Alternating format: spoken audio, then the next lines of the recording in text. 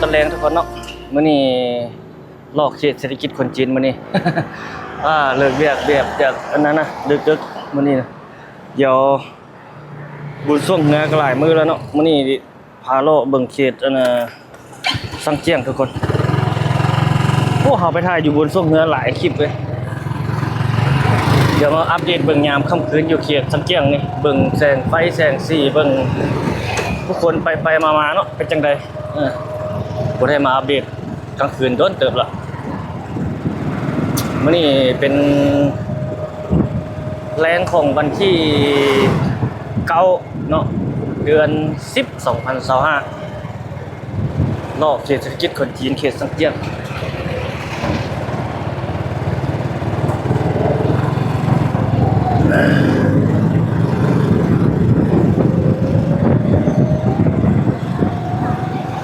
รถบ่ติดเลยมื้อนี้ ปกติรถติดเด้ตอนนี้ประมาณ7 โมงแรงนี่เขากำลังเฮ็ดอันนี้นะกำลังเฮ็ดใหม่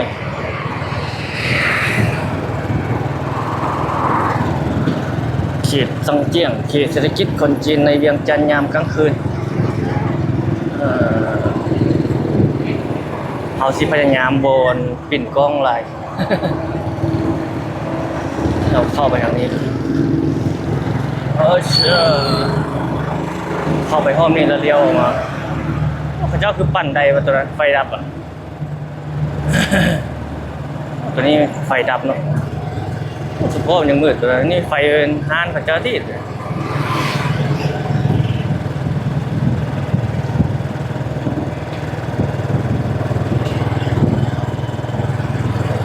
ไฟดับได้แถวนี้นี่โรงแรมธรรมดาโรงแรมนี้ไฟพุ่งจิตเทือนอ๋อเจอไฟดับก็บ่เห็นไฟแสงสีอันนี้ไฟสำรองเขาเจ้าแล้ว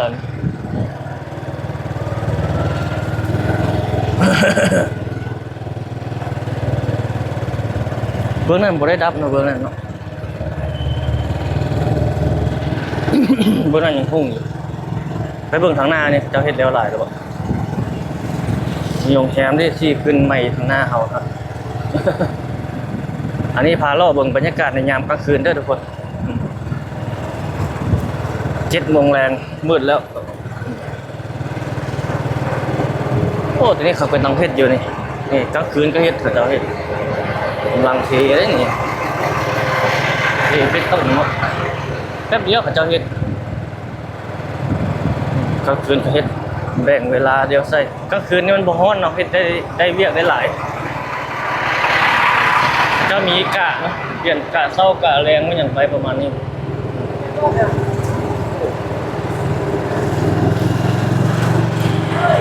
โรงแรมจังซี่อยู่ไหนนี่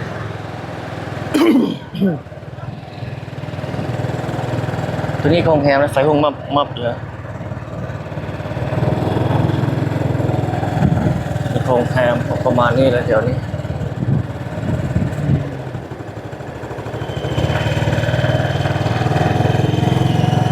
เกี่ยวออกไปบัดนี้ หาเลาะเนาะหาเลิกเวียกแล้วพาเบิ่งบัดนี้ว่ารถกันออกไปเจ้ากำลังเฮ็ดอยู่นี่จริงเวิ่งเทสั้นลุ่มเนาะเบิ่งเด้อทุกคนว่าจะจักสั้นน่าจะหลายสั้นอยู่เลยเพิ่นตั้งเกณฑ์นี่ระดับ10 สั้นพุ่นแหละโอ้ไป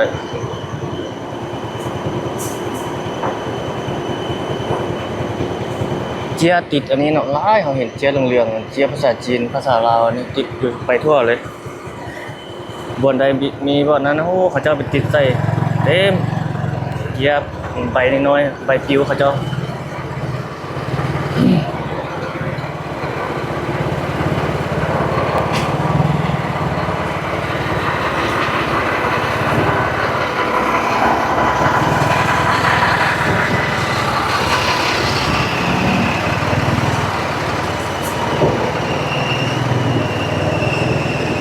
คันนี้ออกไปแล้วคันนั้นกำลังเข้ามา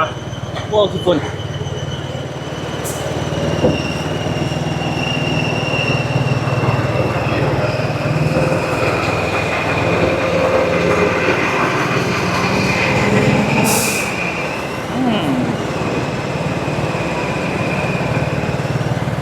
ที่ฝุ่นกุ้งเบื้องเงินซ้ายมือเขานี่อพาร์ตเมนต์ห้องแถวห้องเช่าโอ้คิดฝุ่นหลายปล่อยไปให้เราไปก่อนนี่คำเรียนอพาร์ตเมนต์นี่คือเสาที่บอก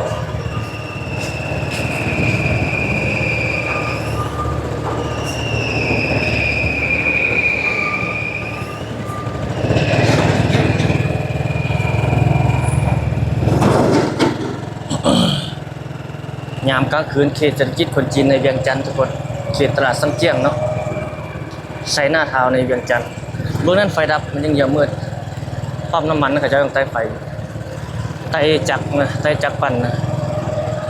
เรียกไฟฟ้าเขาจะมาเลยน่าจะมีไฟซอดไฟอย่างเดี๋ยวนี้เพราะ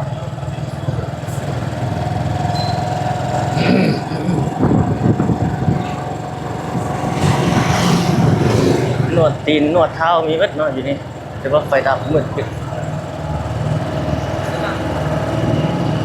โอ้เป๊ะๆอย่างนี้เลย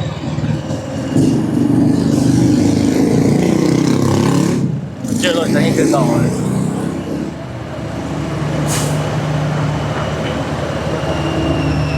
แถวนี้คนจีนเบิดอยู่แถวนี้ค้าขายอยู่แล้วนี่โอ้ข้างหลังอโยแถวนี้นี่ร้านอาหารคนจีนกิจการคนจีนคือเขาเว้าเรื่อยผ่านมาแหละนี่พาเบิ่งบรรยากาศแบบรวมๆไป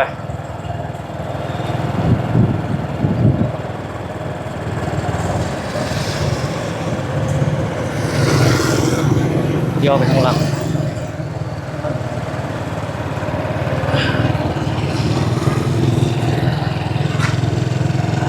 เข้าห้องตัวเมื่อกี้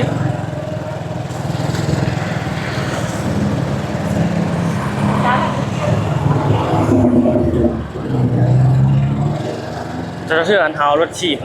มันจะไปได้แบบอิสระกว่าห้อมซอกซอยน้อยๆเขาก็สามารถไปได้แล้ว แต่ว่ารถจักรนี่ได้เข้าไปแบบเป็นทางรถไปได้จึงไปได้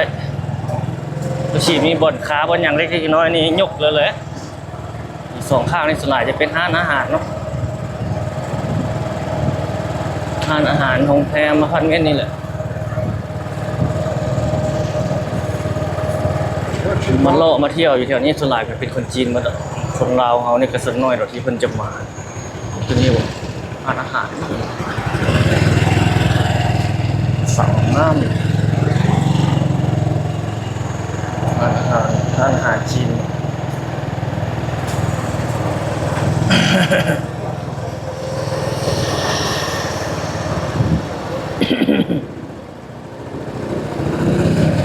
โอ้เต็มเลยอ่ะรถจอด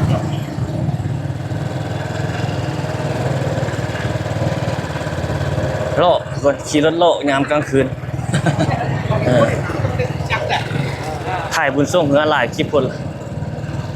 เขาก็ไปโลบุญได้เนาะ จำเป็นเลยทุกคนบนบ้านเขาต้องไปลีนทุกมื้อเลยรอเบิ่งผู้สาวแต่บ่ได้ผู้สาวรอทุกมื้อก็เก็บบรรยากาศให้ทุกคนได้เบิ่งทุกมื้ออีกบุญกับบุญท่านหลวงมาแล้วเด้บุญท่านหลวงกับปานบุญส่งเหนือคนหลายคือกันเนาะผู้สาว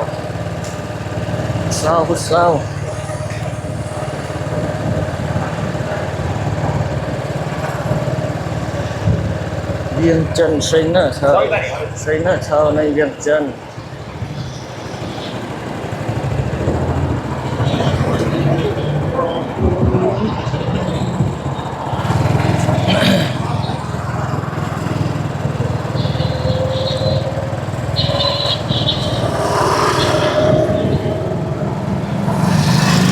มันไฟดับก่อนเนาะทุกคนว่าหุ่งแต่เป็นโรงแรมแบบนั้นว่ะเจ้านั่นว่ะไต้จักรอันนี้น่าจะเป็นไฟฟ้ามาที่ของอาหารโรงแรมเชียนเลี้ยวกลับนี่เลยทุกคนเข้าไปในสังเจีย เออ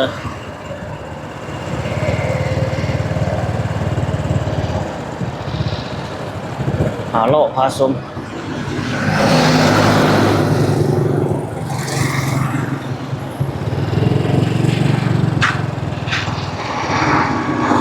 รถยังมาหลายอยู่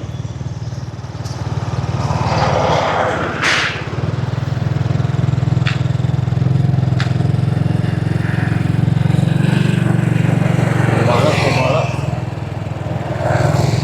หมดตาเลี้ยวไปโอเค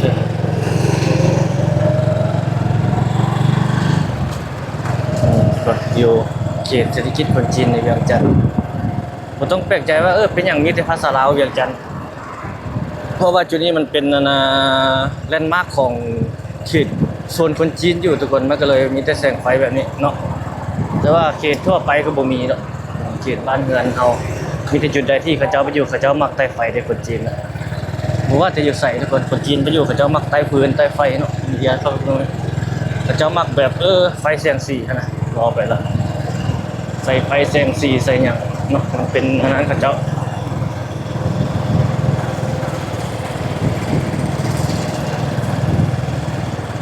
เป็นจุดขายของเขาเจ้าการตลาดเขาเจ้าเรื่องไฟแสงสีเราย่อไปทางนี้เลย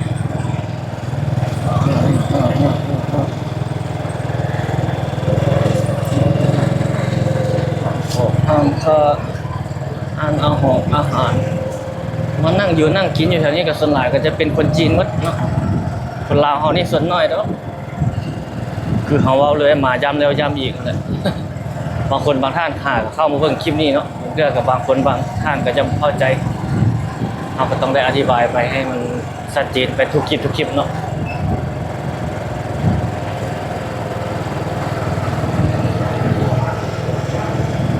ร้านอาหารเป็นส่วนหลายเข้ามาโซนนี้เนาะร้านอาหารตึกๆใหญ่ๆอยู่ทางเบื้องขวามือเขาเนี่ยจะเป็นอันนั้นเป็นห้างเป็นแบบช้อปปิ้งมอลล์สินค้าจีนส่วนหลายอยู่ทางในนะนี่คนเศรษฐกิจคนจีนในยามค่ำคืนอัปเดตเนาะอัปเดตปกติเขาก็อัปเดตเรื่อยๆแหละแต่บ่ได้มาอัปเดตด้นแล้วเดี๋ยวมื้ออื่นรอติดตามว่าเราจะไปใส่อัปเดตใส่ให้ทุกคนได้เบิ่งโอ้ทางนั้นก็จะไต่ยังจุดกับโพอยู่สิโอ้จุดระบบเงินยาวไปทางลุ่มเป็นห้างค้ามอย่างต่างๆเนาะทางเทิงเป็นโรงแรมมาพันเมตรทางลุ่มนี่พ่อค้าแม่ค้าจะมาเช่าเฮ็ดธุรกิจอย่างประมาณนี้นี่ปิดแล้วนี่ช้อปปิ้งมอลล์ตัวนี้ดูบ่ดูซี่ไปใหญ่อยู่ อยู่ทางในส่วนใหญ่ก็จะเป็นสินค้าของคนจีนเป็นส่วนใหญ่งานโทรศัพท์ยังบริปิดเนาะเป็นแบรนด์ของจีนนั่นแหละว่าไปแล้วนะสินค้าที่มาขายเป็นส่วนใหญ่นะ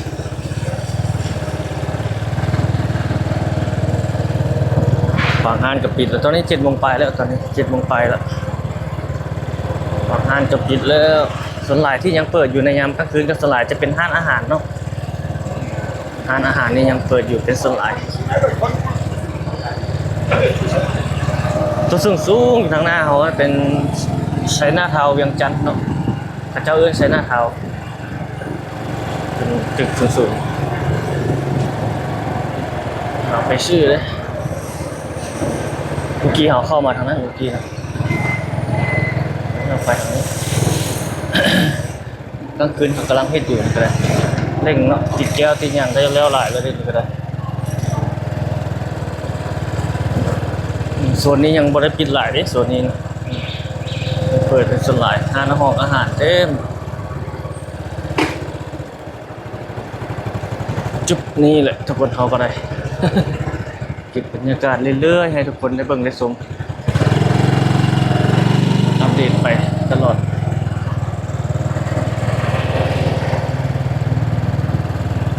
ร้านอาหารส่วนใหญ่เนาะ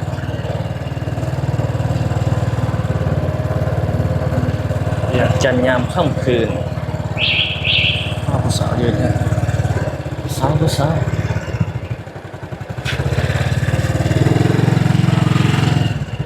รถหรูเนาะรถไฟฟ้านี่เข้านี่ว่ะ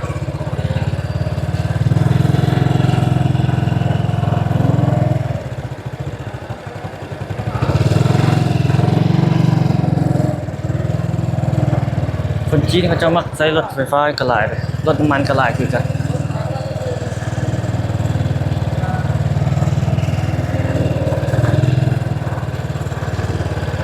ไชน่าทาวน์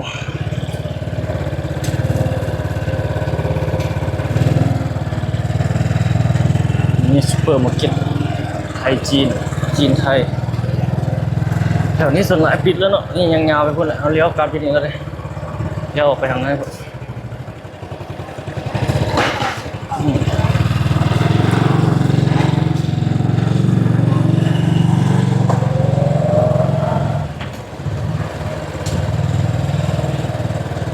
อันนี้นี่อาพาร์ตเมนต์มาอย่างนี้บ่อนแล้วก็อยู่เลยแล้วบ่อนกำลังเฮ็ดกำลังมีนี่ตึกตัวนี้เฮ็ดแล้วนี่ธนาคารแค่ในที่เรา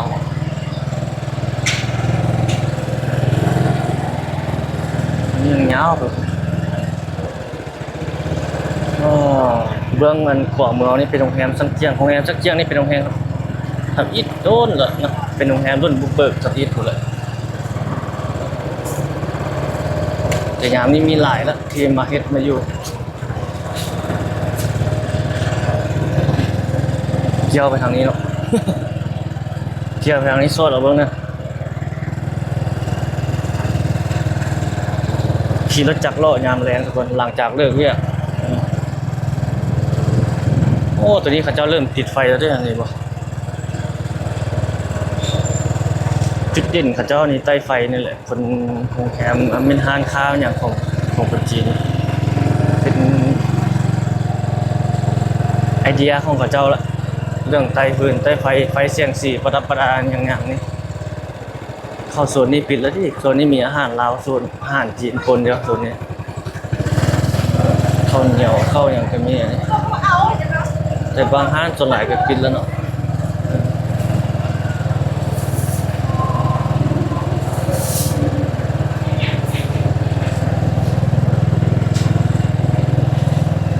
ข้าวเปียกเฟออยากกินอาหารลาวเข้าโซนนี้แต่ไปโซนอื่นนี่อย่าคิด เป็นอาหารจีนโซนอื่น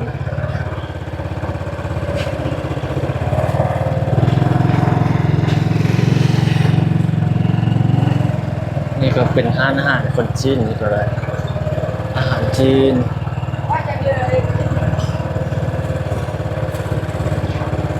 อาหารจีนอาหารลาวอาหารลาวส่วนหลายขายให้แต่คนลาวเขานี่เนาะ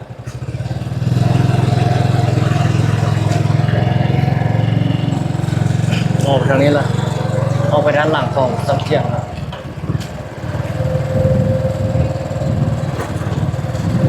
เสา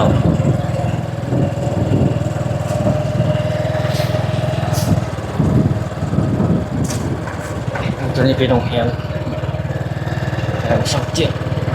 เงาพอพูดทางโลกนี่เป็นห้างค้ากับเจ้าเนาะ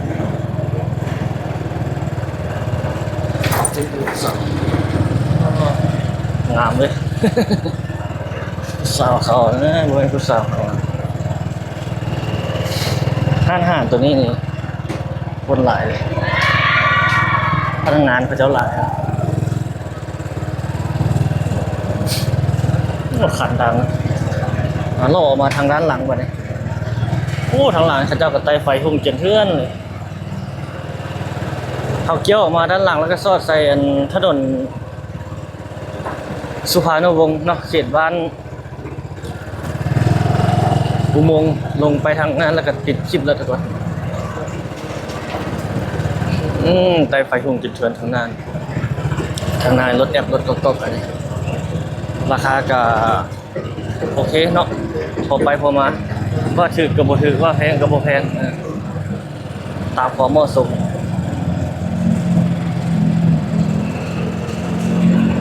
เป็นไฟฟ้าโรงแรมทางหน้านี่ใต้ไฟงามเลยเนาะประดาไฟแสงสีนี่แหละจุดขายของเจ้าทุกคนจีนนี่เขาเจ้าสมัครใส่ไฟแสงสีโค บ่ว่าแต่ร้านอาหารบ่ร้านขายเครื่องอย่างต่างๆก็คือการนะป้ายหน้าร้านนั่นเนี่ยเป็นใส่เป็นภาษาลาวภาษาจีนแล้วก็ใส่ไฟเนาะให้คนเป็นดึงดูดความสนใจของผู้คนนะเอาไปละเอาเลี้ยวนี่ก็เปิดตาเลี้ยวก่อนเลี้ยวลงไปทางนั้นมาเลยสิ่งลอยรถนะ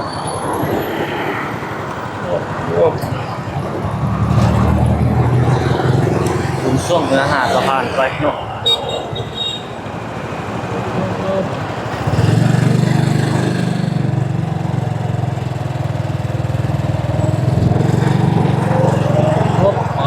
ข้ามอะไรเลยปิดตาก่อน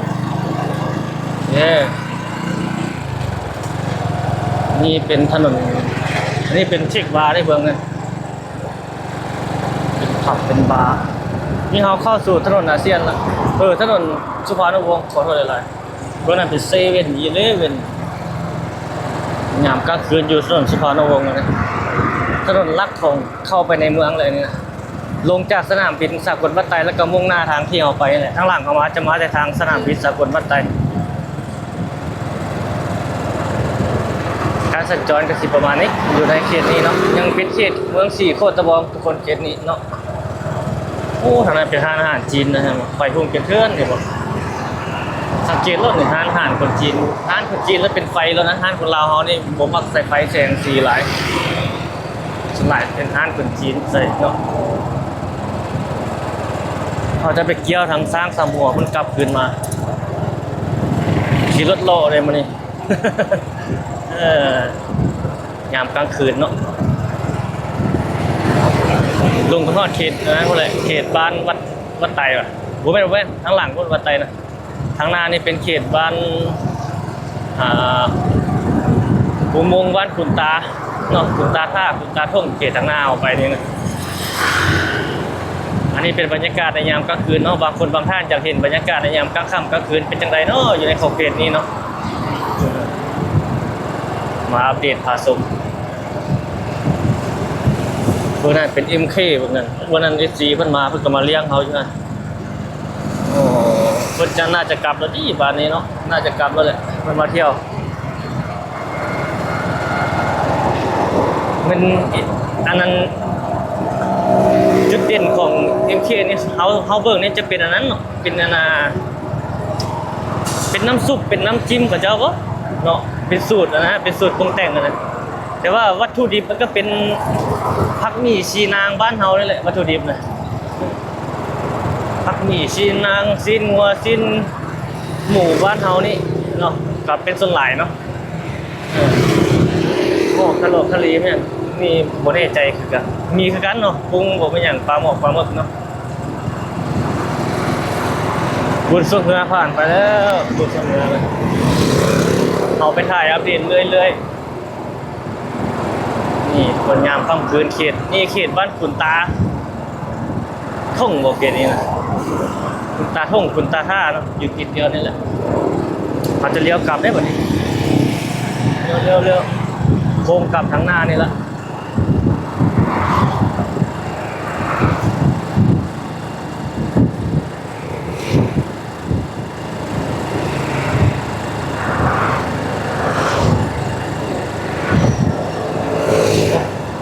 หรือว่าเลี้ยวไปทางนั้นเลยไปซื้อกันเนาะ เลี้ยวบนทางหลังสร้างสามหัวออกไปทางนั้นเข้าไปทางถนนอาเซียนมาพาเบิ่งบรรยากาศในยามกลางคืนเลยซะแถวนี้มือบุญทั้งรถเต็มอยู่แถวนี้วันนี้รถหนีไปเลยบ่ได้มีแล้วเลย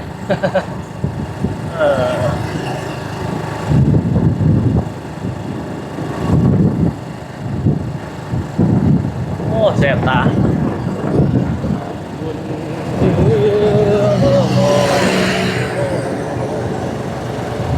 เอาเนี่ยซะเข้าโฮมนี่นาก่อนจีไปอัปเดตทางนั้นให้ทุกคนได้เบิ่งอัปเดตเบิ่งนะแล้วทางรถเมล์ด่วนวิทยาทองอาทิตย์นะบ่ได้ไปอัปเดตโดนเติมแล้วเนาะ หน้าจึงไปอัปเดตเบิ่งแล้วบุญแล้วงานแล้วเริ่มอัปเดตการพัฒนาจุดใดให้ทุกท่านได้เบิ่งได้ชมแล้วเด้เพิ่นยังมีไปอัปเดตอยู่บนเขตส่วนสิโคตนี่เรามีคงมีจะมีอันนั้นคือการได้มีโครงการจะขึ้นคือการได้ทุกคนนี่เป็นรถของมาจากทางนั้นพุ่นแหละมาจากทางถนนสามเส้นไทยพุ่นแหละ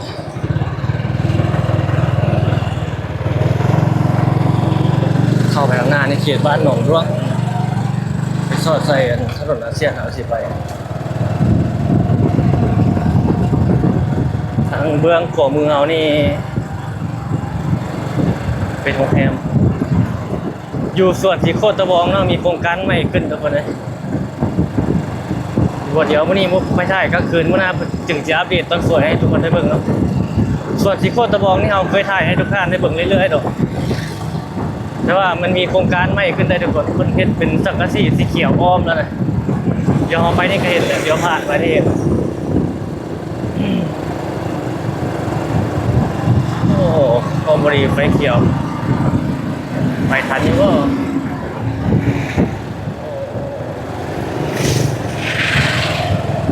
ได้ไฟสัญญาณก่อน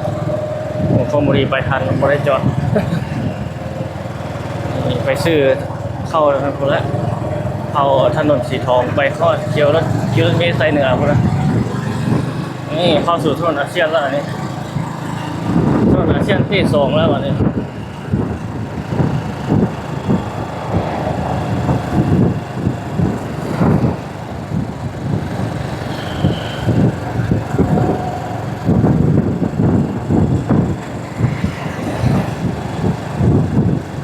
นี่ข้างหน้าเขานี่สังกะสีสีฟ้าแล้วทุกคนอยากข้ามไปเบิ่งนี่บนส่วนสีโคตรตะบองเนี่ยมีโครงการใหม่ขึ้นแล้วนี่บนนี่เบื้องซ้ายมือเขานี่ปิดเลยนี่บ่สังกะสีสีฟ้าเข้าไปบ่ได้เลยอ่ะ นี่เป็นภาษาจีนน่าจะเป็นโครงการของคนจีนเฮ็ดนี่ทางในเรื่องมีโครงการใหม่เกิดขึ้นอีกแล้วเรื่อยๆแล้วอ๋อนี่ประมาณนี้แล้วได้ทุกคนคลิปนี้ไปพุ่นกระสอดใส่สังเกียงแล้วตัวนี้มีโครงการนี่เพิ่นกำลังเฮ็ดอยู่นี่ขึ้นเรื่อยๆโครงการก็ได้การพัฒนาเนาะถือว่าเป็นสิ่งที่ดีทุกคนเอาคลิปนี้ประมาณนี้ได้ทุกคน เนาะขอบใจทุกท่านที่เข้ารับชมทุกคนเฮาอัปเดตพาชมแนวแรงมื้อนี้อัปเดตเขตเศรษฐกิจคนจีนในเวียงจันทน์ให้ทุกท่านได้เบิ่งได้ชมขึ้นเรื่อยๆเนาะโครงการพัฒนาบ้านเราอัปเดตไปเรื่อยให้ทุกท่านได้เบิ่งได้ชมมีจุดใดที่เราสามารถถ่ายทำให้ทุกท่านได้เบิ่งได้ชมเราไปเห็นเราก็อาจจะเก็บบรรยากาศให้ทุกท่านได้เบิ่งได้ชมนำมาแหละ เอาเนาะขอบใจที่รับชมทุกคนพบกันใหม่เนาะถ้าผิดพลาดกันใดขอโทษขออภัย